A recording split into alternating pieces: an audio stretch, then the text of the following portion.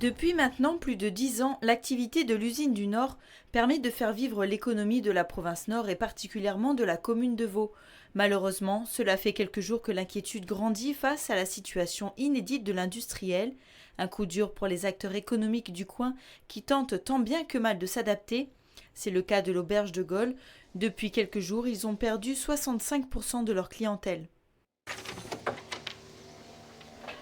Tu prépares cette chambre pour l'arrivée là des touristes. Et puis, on se voit après, d'accord? D'accord. Odette, en CDI, aura la chance de garder son travail à temps plein. Les autres employés en CDD ne seront pas reconduits.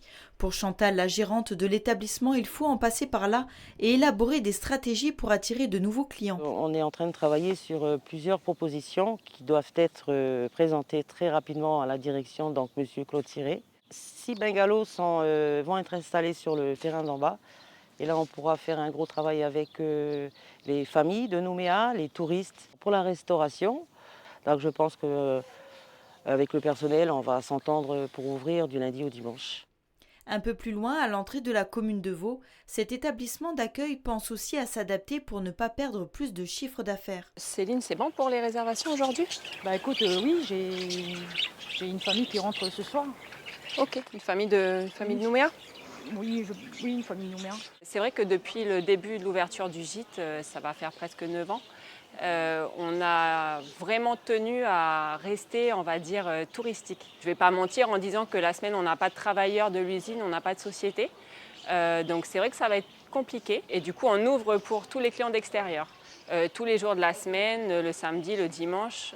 Voilà, on a mis aussi en place les petits déjeuners américains. Tout ça pour dire qu'au niveau des petits déj, ça va être les œufs de la ferme, ça va être les fruits du jardin. Voilà, on va essayer de jouer le jeu en faisant des tarifs attractifs pour que tout le monde s'y retrouve.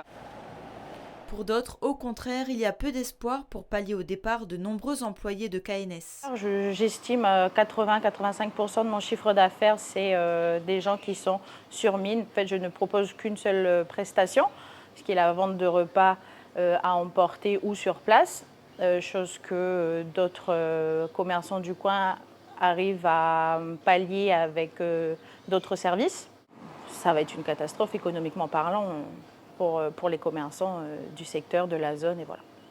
Pour rappel, plusieurs centaines de sous-traitants sont susceptibles de perdre leur poste, une situation qui va changer le quotidien de nombreux Calédoniens.